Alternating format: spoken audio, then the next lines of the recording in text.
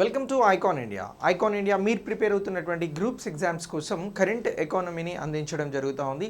ఈ కరెంట్ ఎకానమీలో వస్తున్నటువంటి అప్డేట్స్ని తెలుసుకోవడం వలన మనం ఎకానమీ సబ్జెక్ట్కి సంబంధించి పేపర్ 3గా ఉన్నటువంటి ఇండియన్ ఎకానమీకి సంబంధించి ఫుల్ లెంత్గా మార్క్స్ గెయిన్ చేయడానికి అవకాశం ఉంది. సో గ్రూప్ 1 కానీ గ్రూప్ 2కి సంబంధించి ఈ కరెంట్ ఎకానమీ మీద క్వశ్చన్స్ ఉంటాయి. ఎస్పెషల్లీ ఇండియన్ ఎకానమీలో కరెంట్ ఎకానమీని బేస్ చేసుకుని ప్రీవియస్ ఎగ్జామ్స్లలో నెంబర్ ఆఫ్ క్వశ్చన్స్ని అడగడం జరిగింది. సో ఎకానమీకి సంబంధించినటువంటి ఈ కరెంట్ అప్డేట్స్ని మనం ఎస్ఏ రైటింగ్కి కూడా యూజ్ అయ్యేలాగా చెప్పడం జరుగుతూ ఉంది.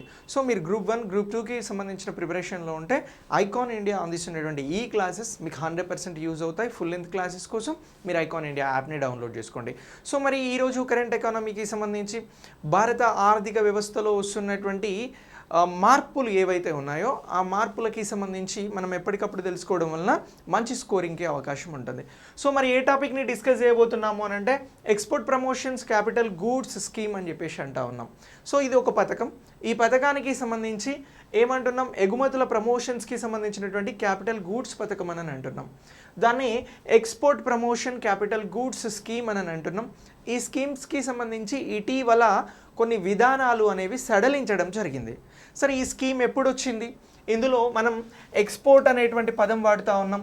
ఎగుమతులకి సంబంధించినటువంటి ప్రమోషన్స్ కోసం ప్రభుత్వం ఏ విధంగా ప్రోత్సాహాలను అందిస్తూ ఉంది. అలాగే ఇక్కడ క్యాపిటల్ గూడ్స్ అంటున్నాం. మరి what are the capital goods అనేటువంటిది తెలుసుకోవాల్సి ఉంటుంది. వీటన్నింటికి సంబంధించి ఇప్పుడు వచ్చినటువంటి నూతన విధానాలు ఏంటి, సో దానికోసం ప్రభుత్వం ఏం చేస్తూ ఉంది, మరి ఎగుమతిదారులకి సంబంధించి ప్రోత్సాహకాలను ఎలా అందిస్తూ ఉంది. క్యాపిటల్ గూడ్స్ అని అంటున్నాం. సో అంటే గూడ్స్కి సంబంధించినటువంటి ఉత్పత్తి అనేది జరుగుతుంది. మరి అలాగే క్యాపిటల్ గూడ్స్ పాత్ర ఏంటి అనేది, దీనికి సంబంధించినటువంటి పాత్ర ఏంటి అనేటువంటిది, ఇవన్నీ కూడా మనం ఈరోజు క్లాస్లో తెలుసుకోబోతా ఉన్నాం. ఇది ప్రిలిమ్స్కి అయితే ఏదైతే ఎక్స్పోర్ట్ ప్రమోషన్స్ ఉందో వీటి మీద క్వశ్చన్స్ అడగడానికి అవకాశం ఉంటుంది. అలాగే కస్టమ్ డ్యూటీ గురించి ఇందులో మాట్లాడబోతా ఉన్నాం.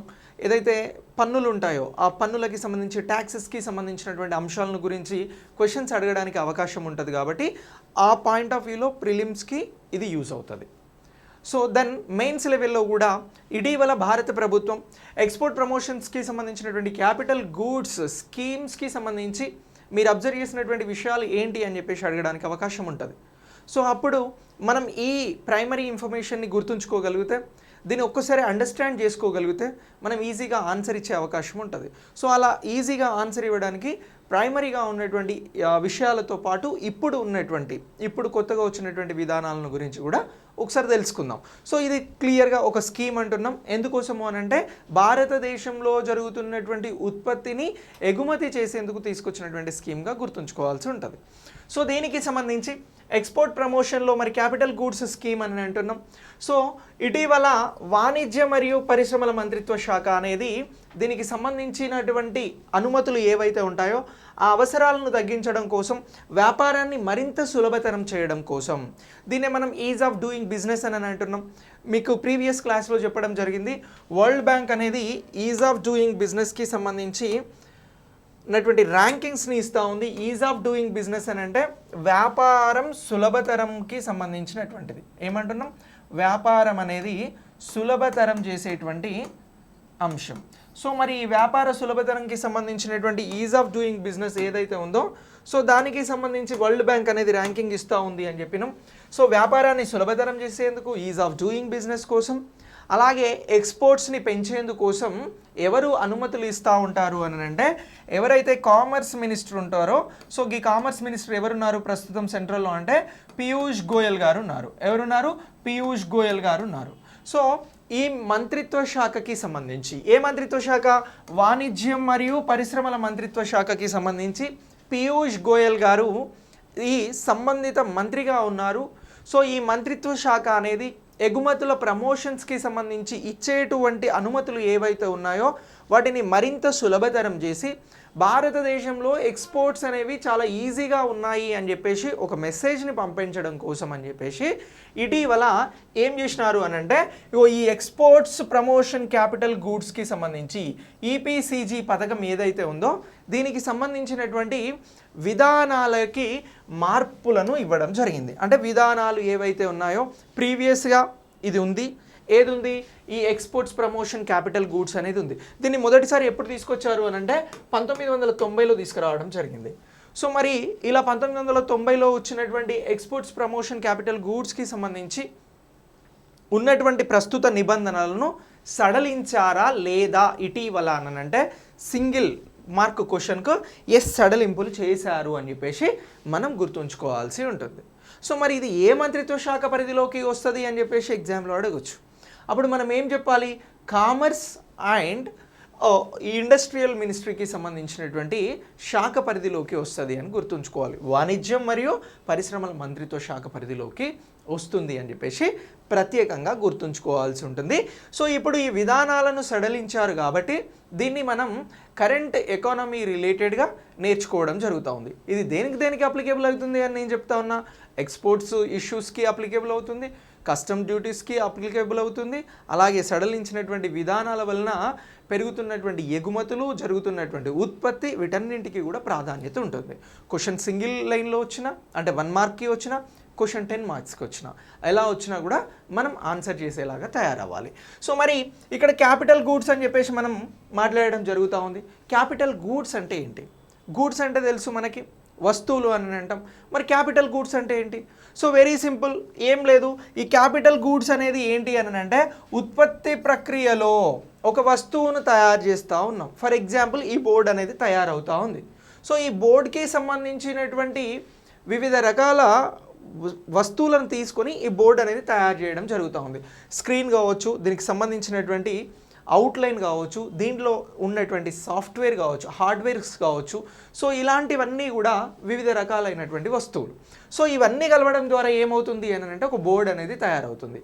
ఈ బోర్డ్ అనేది ఏమవుతుంది, ఇది ఒక వస్తువుగా మనకు కనబడుతూ ఉంది. కానీ ఈ వస్తువు తయారు చేయడానికి ఏవైతే సపోర్ట్ చేస్తూ ఉన్నాయో అలాంటి వాటినన్నింటినే ఏమంటున్నాము అని అంటే మనం క్యాపిటల్ గూడ్స్ అని చెప్పేసి పిలవడం జరుగుతూ ఉంది. సో ఇంకా సింపుల్గా చెప్పాలంటే ఇక్కడ ఉన్న డెఫినేషన్ ప్రకారం క్యాపిటల్ గూడ్స్ అనేది ఒక కంపెనీకి సంబంధించిన ఉత్పత్తి ప్రక్రియలో వినియోగదారులు ఉపయోగించే ఉత్పత్తులు మరియు సేవలు ఏవైతే ఉంటాయో అవి తయారు చేయడానికి ఉపయోగించేటువంటి భౌతిక వస్తువులు. Very clear. నేను ఇచ్చినటువంటి ఎగ్జాంపుల్ ఇక్కడ చాలా యాప్ట్ అవుతుంది. ఇప్పుడు మీరు ఇకపై ఎప్పుడు అడిగినా మిమ్మల్ని క్యాపిటల్ గూడ్స్ అంటే మర్చిపోవద్దు. గూడ్స్కి క్యాపిటల్ గూడ్స్కి అంటే దానికి సంబంధించినటువంటి డిఫరెన్స్ ఏంటి అని చెప్పేసి అడగడానికి అవకాశం ఉంటుంది. సో దాని మీద మనకు క్లారిటీ ఉంటే మనం ఎకానమీలో ఈ పదాలను ఎక్కువగా చదవాల్సి వస్తుందండి. గూడ్స్ని, క్యాపిటల్ గూడ్స్ని మనం చాలా చోట్ల చదవాల్సి వస్తుంది. సో అప్పుడు మనకు వీటి మీద, ఈ పదాల మీద క్లారిటీ ఉండాలి. కాబట్టి నేను మళ్ళీ ఒకసారి చెప్తా ఉన్నాను, ఏదైతే ఒక వస్తువును ఉత్పత్తి చేయడానికి ఆ ఉత్పత్తి కోసం అవసరమయ్యేటువంటి భౌతిక వస్తువులు ఉంటాయో వాటినే ఏమంటాము అని అంటే క్యాపిటల్ గూడ్స్ అని అంటాం. వస్తువు తయారు చేయడానికి కానీ ఇతర సేవలను అందించడానికి కానీ ఉపయోగపడే ఇతర వస్తువులు, భౌతికమైనటువంటి ఇతర వస్తువులనే క్యాపిటల్ గూడ్స్ అంటాం. సో మరి ఇక్కడ ఏమన్నారు, ఎక్స్పోర్ట్ ప్రమోషన్ క్యాపిటల్ గూడ్స్ అని అన్నారు. అంటే ఇప్పుడు వేరే దేశంలో ఒక వస్తువు అనేది ఉత్పత్తి అవుతుంది, భారతదేశంలో కొన్ని ముడి వస్తువులు అనేవి అక్కడికి వెళ్ళాల్సి ఉంది. సో అప్పుడు ఇవన్నీ కూడా ఏమవుతాయి, క్యాపిటల్ గూడ్స్ పరిధిలోకి వస్తాయి. ఇప్పుడు ఫర్ ఎగ్జాంపుల్ ఒక వాచ్ అనేది వేరే చైనాలోనో అమెరికాలోనో తయారవుతుంది. సో ఆ వాచ్కి తయారీకి సంబంధించి కొన్ని వస్తువులు భారతదేశం నుంచి వెళ్తున్నప్పుడు అవి ఏమవుతాయంటే క్యాపిటల్ గూడ్స్ అవుతాయి. వెరీ సింపుల్, ఇది గుర్తుంచుకోండి, ఈ క్లారిటీ మనకు ఉండాలి. సో దీనికి సంబంధించినటువంటి సడలింపులనే ఇప్పుడు వాణిజ్య పరిశ్రమల మంత్రిత్వ శాఖ అనేది ఇవ్వడం జరిగింది. అది ఏదైతే విధానాలను మార్పు చేయడం జరిగిందో వాణిజ్య పరిశ్రమల మంత్రిత్వ శాఖ, దానికి సంబంధించి మనం కరెంట్ ఎకానమీగా దీన్ని నేర్చుకోవడం జరుగుతూ ఉంది. క్లియర్ కదా ఇక్కడి వరకు? ఇప్పుడు నెక్స్ట్ ఏంటిదంటే మూలధన వస్తువులలో మనం భవనాలను చూస్తాం, యంత్రాలను చూస్తాం, పరికరాలను చూస్తాం, వాహనాలను చూస్తాం, అలాగే ఉపకరణాలు అని అంటాం. వీటిని యాక్సెసరీస్ అని అంటారండి. వివిధ రకాలైనటువంటి యాక్సెసరీస్ అంటాం కదా, వాటిని ఉపకరణాలు అని అంటారు. సో ఇప్పుడు మీకు ఒక భవనం ఉంది, ఆ భవనం ఏమవుతుంది అని అంటే మీకు క్యాపిటల్ గూడ్స్ అవుతుంది. ఆ భవనంలో కొన్ని యంత్రాలు ఉన్నాయి, అవి ఏమవుతుంది అంటే క్యాపిటల్ గూడ్స్ అవుతాయి. అలాగే వివిధ రకాలైన వస్తువులతోటి ఆ భవనం నిండి ఉంది, అప్పుడు అవి ఏమవుతాయి అని అంటే క్యాపిటల్ గూడ్స్ అవుతాయి. సో సింపుల్గా చెప్పాలనంటే స్థిరాస్తులు అండి, ఏవైతే ఇటు భవనాలు అని అంటున్నాం, భవనం అనేది స్థిరాస్తి, అది ఒకే దగ్గర ఫిక్స్డ్గా ఉంటుంది, బట్ ఆ ప్రాపర్టీ అనేది మనది. సో అప్పుడు అది మనకి ఏదవుతుంది అని అంటే ఇక్కడ క్యాపిటల్ గూడ్స్గా కనిపించడం జరుగుతూ ఉంటుంది. సో ఇప్పుడు క్యాపిటల్ గూడ్స్ ఎక్స్పెండిచర్ అని అంటారు కొన్ని సందర్భాలలో ఎకనామిక్స్లో. సో క్యాపిటల్ గూడ్స్ ఎక్స్పెండిచర్స్ అని అంటే ఏంటి? అదే ఫర్ ఎగ్జాంపుల్ ఇక్కడ ఉన్నటువంటి భవనాన్ని తీసుకుందాం. ఈ భవనం అనేది ఉంది, ఒక బిల్డింగ్ అనేది ఉంది. ఆ బిల్డింగ్కి పెయింట్ వేస్తారు. కొన్ని సంవత్సరాల తర్వాత బిల్డింగ్ నిర్మాణం జరిగిన తర్వాత పెయింట్ వేయడం జరిగింది. అప్పుడు ఏమంటారు? క్యాపిటల్ గూడ్స్ ఎక్స్పెండిచర్ అని అంటారు. పోనీ ఒక యంత్రం ఉంది, ఈ యంత్రం అనేది రిపేర్కి వచ్చింది, దాన్ని రిపేర్ చేయించారు. అప్పుడు దానికి ఏ ఎక్స్పెండిచర్ అని పిలవడం జరుగుతూ ఉంటుంది అంటే క్యాపిటల్ గూడ్స్ ఎక్స్పెండిచర్ అని చెప్పేసి పిలవడం జరుగుతూ ఉంది. ఇది క్యాపిటల్ గూడ్స్కి సంబంధించినటువంటి ఎక్స్పెండిచర్గా చెప్పడం జరుగుతూ ఉంది. సో ఇలా ఈ డిఫరెన్స్ని మనం గుర్తుంచుకోవాలి. బికాస్ ఇది ఎందుకోసము అని అంటే మనకు ఒక క్లారిటీ కోసం. ఓకేనా? దాని నెక్స్ట్ ఏమంటున్నాము అని అంటే ఈ మూలధన వస్తువులు ఏవైతే ఉన్నాయో ఇవి పూర్తయినటువంటి వస్తువులు కావు. మూలధన వస్తువులు అనేవి పూర్తయిన వస్తువులు అయితే కావు, అవి మధ్యస్థ వస్తువులు. ఈ వస్తువులన్నింటినీ సేకరించి ఒక దగ్గర కొత్త వస్తువు అనేది ఉత్పత్తి చేయబడుతుంది కాబట్టి ఇవి మధ్యస్థమైనటువంటి వస్తువులు, ఇవి పూర్తి కానటువంటి వస్తువులుగా మనం గుర్తుంచుకోవాలి. సో మనం డిస్కస్ చేస్తున్న టాపికే క్యాపిటల్ గూడ్స్ కాబట్టి ఫస్ట్ క్యాపిటల్ గూడ్స్ మీద నేను మీకు క్లారిటీ ఇస్తా ఉన్నా. ఇక నెక్స్ట్ ఇవి పూర్తయినటువంటి వస్తువులను తయారు చేయడానికి ఉపయోగించబడతాయి. ఎస్, మనం ప్రీవియస్గా చెప్పినటువంటి ఎగ్జాంపుల్ ప్రకారం ఒక వస్తువు తయారీకి, ఫర్ ఎగ్జాంపుల్ ఈ సెల్ ఫోన్ ఉంది, సెల్ ఫోన్ తయారీకి ఉపయోగపడేటువంటి వివిధ వస్తువులని క్యాపిటల్ గూడ్స్ అంటారు. ఇది తయారైనటువంటి సెల్ ఫోన్ని గూడ్స్ అని అంటారు. ఓకేనా? సో ఇలా దీన్ని గుర్తుంచుకోవాల్సి ఉంటుంది. ఇక క్యాపిటల్ గూడ్స్ రంగం అనేది ఇది ఏమంటున్నామనంటే గుణకార ప్రభావాన్ని కలిగి ఉంటుంది అని అంటున్నాం. అంటే ఎక్స్టెన్షన్స్కి సంబంధించి మల్టిపుల్ లెవెల్లో ఇది మనకు కనబడడానికి అవకాశం ఉంటుంది. అలాగే వినియోగదారు పరిశ్రమల వృద్ధిపై ఇది ప్రభావం అనేది చూపెడతా ఉంటుంది. ఏమంటున్నాము? వినియోగదారులకి సంబంధించినటువంటి పరిశ్రమల వృద్ధి ఏదైతే ఉంటుందో దానిపైన ప్రభావం చూపెట్టేది ఏంటి అని చెప్పేసి మీకు ఆప్షన్లో క్యాపిటల్ గూడ్స్ అనేది కనబడితే మీరు ఆన్సర్ క్యాపిటల్ గూడ్స్ అని చెప్పేసి సెలెక్ట్ చేయాల్సి ఉంటుంది. ఇది దేనిపైన ఏ పరిశ్రమలపైన ప్రభావం చూపెడుతుంది, ఏ పరిశ్రమల వృద్ధిపైన ప్రభావం చూపెడుతుంది అని అంటే వినియోగదారు పరిశ్రమలపై. వినియోగదారు పరిశ్రమలు అంటే మళ్ళీ ఇక్కడ ఏం మనం ఇబ్బంది పడాల్సిన అవసరం లేదు, మీకు డౌట్ కూడా అవసరం లేదు, నేను క్లియర్ చేస్తాను. వినియోగదారు పరిశ్రమలు అని అంటే కన్జ్యూమర్స్కి సంబంధించినటువంటి ఇండస్ట్రీస్.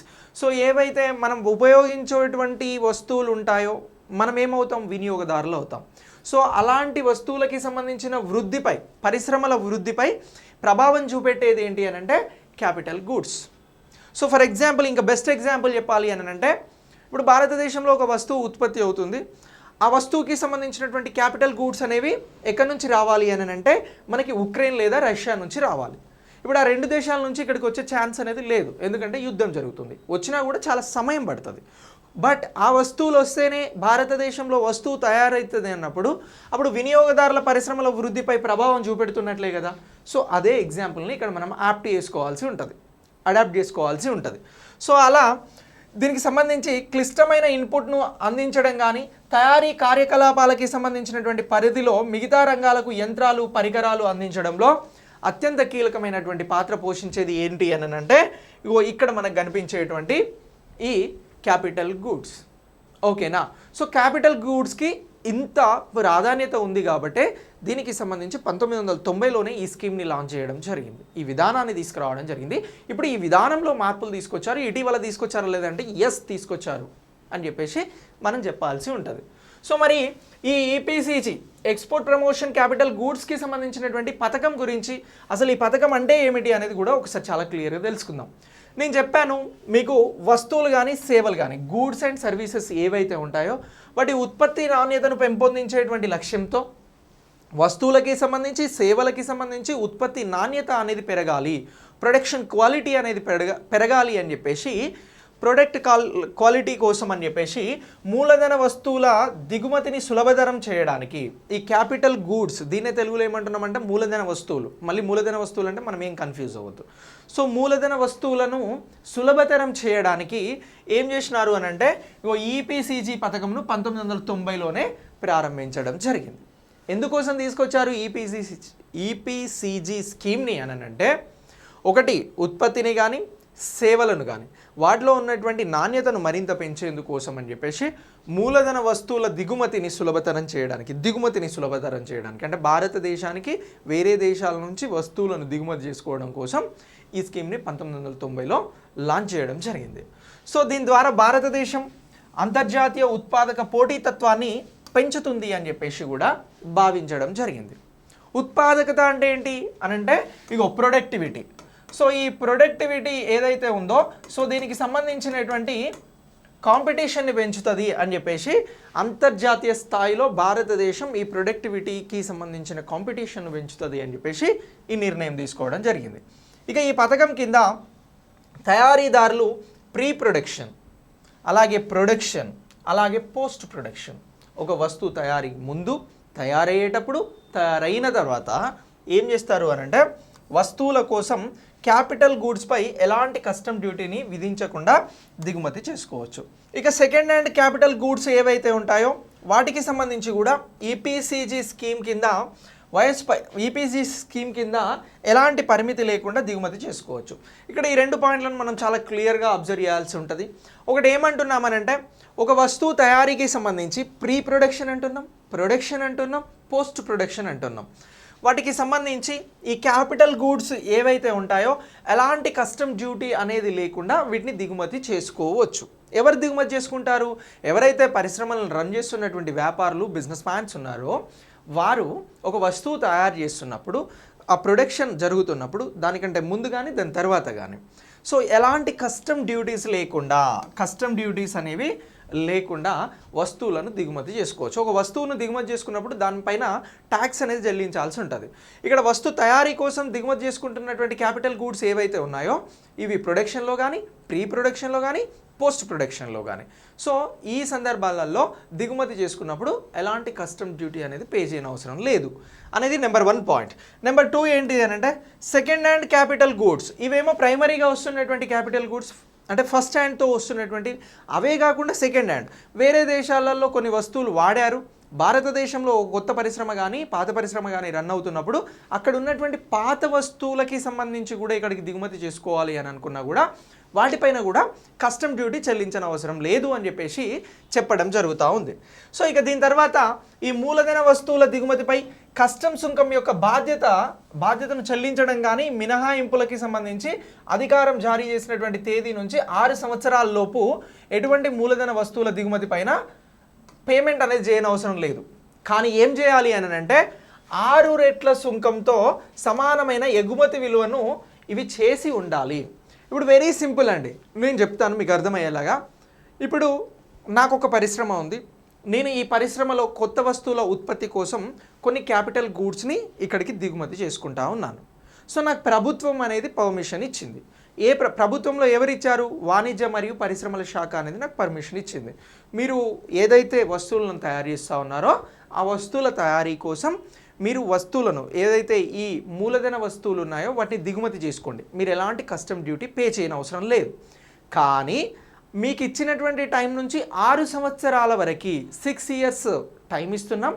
ఈ 6 ఇయర్స్ టైంలో మీరు ఏం చేయాలి అని అంటే ఎన్ని వస్తువులను దిగుమతి చేసుకున్నారో, ఎన్ని క్యాపిటల్ గూడ్స్ని అయితే మీరు దిగుమతి చేసుకున్నారో, ఎన్ని మూలధన వస్తువులను అయితే మీరు దిగుమతి చేసుకున్నారో చేసుకున్నటువంటి విలువకు సమానంగా ఆ 6 సంవత్సరాలలో 6 రెట్ల సుంకంతో మీరు ఎగుమతులను చేసి ఉండాలి. ఇప్పుడు దిగుమతి చేసుకున్నప్పుడు దానికి ఒక రేట్ ఆఫ్ ట్యాక్స్ అనేది పే చేయాల్సి ఉంటుంది. దానికి 6 టైమ్స్ ఎక్కువగా జస్ట్ ప్రమోషన్స్ చేయాలి, ఎగుమతులను ప్రమోషన్స్ చేయాలి. అంటే ఎగుమతి చేయాలి వస్తువులను వేరే దేశాలకి, వేరే ప్రాంతాలకి. సో అలా 6 రెట్ల పాటు మీరు ఎగుమతులను చేయగలిగితే ఎలాంటి ట్యాక్స్ అనేది పే చేయని అవసరం లేదు మీకు ఇచ్చినటువంటి 6 సంవత్సరాలలో అని చెప్పేసి ప్రభుత్వం ఇక్కడ చెప్పడం జరుగుతూ ఉంది. సో ఇలా దిగుమతిదారుడు ఎవరైతే ఉంటారో ఎగుమతుల ఆధారితంగా ఈ స్కీమ్కి సంబంధించినటువంటి ప్రయోజనాలను పొందవచ్చు. అంటే ఇక్కడ ఏంటి, నువ్వు మూలధన వస్తువులను దిగుమతి చేసుకుంటున్నప్పుడు నీకు కస్టమ్ డ్యూటీ లేకుండా చేస్తున్నాం. కానీ నువ్వేం చేయాలి, వస్తువులను తయారు చేసి కస్టమ్ డ్యూటీకి సమానంగా 6 రెట్ల ఎగుమతులను చేయాలి అని చెప్పేసి మాత్రమే ప్రభుత్వం కండిషన్ పెడతా ఉంది. సో ఈ కండిషన్ని ఫుల్ఫిల్ చేయగలిగితే కస్టమ్ డ్యూటీకి సంబంధించి ఎలాంటి ఇబ్బందులు ఉండవు. సో ఎగుమతుల ప్రమోషన్స్కి సంబంధించి. అలాగే 6 సంవత్సరాల లోపు దేశీయ కరెన్సీలో ఆదా చేసినటువంటి కస్టమ్ సుంకం ఏదైతే ఉందో, దేశీయ కరెన్సీలో భారతదేశ కరెన్సీలో కస్టమ్ సుంకం ఏదైతే మనం ఆదా చేసుకున్నామో ఈ క్యాపిటల్ గూడ్స్ని తెప్పించుకొని, సో దానికి సంబంధించి 600% సమానమైనటువంటి విదేశీ కరెన్సీలో ఆదాయాలను ఆకర్షించాల్సి ఉంటుంది. 6 సంవత్సరాల సమయంలో మనం ఆదా చేసినటువంటి కస్టమ్ సుంకం ఏదైతే ఉందో దానికి సంబంధించి 6 రెట్లకి సంబంధించి అంటే 600%తో విదేశీ మారక ద్రవ్యాన్ని భారతదేశంలో నువ్వు చూపెట్టాల్సి ఉంటుంది. సో ప్రభుత్వం నీకు ఎందుకు అనుమతి ఇచ్చింది? నువ్వు వస్తువులను ఉత్పత్తి చేస్తున్నావు, సేవలను ఉత్పత్తి చేస్తున్నావు అని నీకు అనుమతి ఇచ్చింది. సో అనుమతి ఇచ్చినప్పుడు నువ్వు వాటిని ఉత్పత్తి చేసి ఎగుమతి చేసి విదేశీ మారక ద్రవ్యాన్ని నువ్వు ఆదా చేసుకునేటువంటి కస్టమ్ సుంకం ఎంతైతే ఉందో దానికి 600%కి సమానంగా చూపెట్టాలి అని చెప్పేసి కండిషన్ పెడతా ఉంది. అలాగే తయారీదారులకి సంబంధించి, మద్దతుదారులకి సంబంధించి, వ్యాపార ఎగుమతిదారులకి సంబంధించి, కామన్ సర్వీస్ ప్రొవైడర్లు అందరికీ కూడా ఇది అప్లికేబుల్ అవుతా ఉంది ఈ స్కీమ్. సో ఈ స్కీమ్ బాగుంది, మనం కంపెనీస్ పెట్టి దీన్ని ఇలాంటిది చేయవచ్చు. ఇక దీనికి సంబంధించి ఇప్పుడు కొత్త నిబంధనలు అనేవి రావడం జరిగింది. మరి కొత్త నిబంధనలు ఏంటి? ఇప్పుడు సడలించినటువంటి అంశాలను ఇందులో తెలుసుకోవాలి. ఇప్పటి వరకు మనం నేర్చుకున్నదంతా కూడా 1990 నుంచి భారతదేశంలో అమలవుతున్నటువంటి విధానం. దేనికి సంబంధించిన విధానం అని అంటే ఎక్స్పోర్ట్ ప్రమోషన్ క్యాపిటల్ గూడ్స్ స్కీమ్కి సంబంధించినటువంటి విధానం. ఇప్పుడు కొత్త విధానాలను తీసుకురావడం జరిగింది అని అంటున్నాం. సో మరి కొత్త విధానాలు ఏం చెప్తున్నాయి అనేది ఒక్కసారి తెలుసుకోవాలి. ఇది వెరీ వెరీ ఇంపార్టెంట్. కొత్త విధానాలు. సో ఎగుమతి బాధ్యతకు లోబడి మూలధన వస్తువుల దిగుమతుల సుంకం లేకుండా అనుమతించబడతాయి. సో ఇక్కడ చూడండి, ఎగుమతి బాధ్యతకు లోబడి మూలధన వస్తువుల దిగుమతి సుంకం అనేది లేకుండా అనుమతించబడతాయి. ఇది ఆల్రెడీ మనం నేర్చుకున్నటువంటిదే, ఇది ప్రీవియస్గా ఉన్నటువంటిదే. సో ఈ స్కీమ్ కింద ఉన్నటువంటి అధికృత హోల్డర్ ఎవరైతే ఎగుమతిదారులు ఉన్నారో 6 ఏళ్లలో విలువ పరంగా ఆదా చేసిన వాస్తవ సుంకం కంటే 6 రెట్లు విలువైన వస్తువులను ఎగుమతి చేయాలి. సో ఇది కూడా మనం ఇప్పటివరకు తెలుసుకున్నాం. ఇక దీని తర్వాత ఎగుమతి బాధ్యత పొడిగింపు అనేది అభ్యర్థనలకి సంబంధించి సూచించినటువంటి 90 రోజులకు ముందుగానే చూపించాల్సి ఉంటుంది. 6 నెలల లోపు దీన్ని మళ్ళీ చేయాలి. ఫర్ ఎగ్జాంపుల్ ఇక్కడ మళ్ళీ నేను మీకు అర్థమయ్యేటట్టు చెప్తాను. ఏదైతే ఒక వస్తువుని ఎగుమతి చేయాలి అని చెప్పేసి 6 ఏళ్ల కాలంలో అది 6% ఎక్కువగా చూపెట్టాలి, 6 రెట్లు ఎక్కువగా చూపెట్టాలి అని చెప్పినాం. సో దాని ప్రకారం టార్గెట్ని రీచ్ కానప్పుడు ముందుగానే మళ్ళీ ప్రభుత్వం నుంచి అనుమతి తీసుకోవాల్సి, పర్టికులర్ శాఖ నుంచి ఈ పర్మిషన్స్ అనేది పొందాల్సి ఉంటుంది. సో ఇది 6 నెలల ముందుగానే దీనికి సంబంధించి అప్లై చేసుకోవాల్సి ఉంటుంది అని చెప్తున్నారు. ఇక 6 ఏళ్ల వరకు చేసినటువంటి దరఖాస్తుకు ప్రతి అధికారానికి సంబంధించి 10,000 ఆలస్య రుసుము అనేది కూడా వర్తించడం జరుగుతుంది. ఒకవేళ ఇన్ టైంలో నువ్వు దానికి అప్లై చేసుకోకపోతే 10,000 ఆలస్య రుసుము కూడా ఉంటుంది.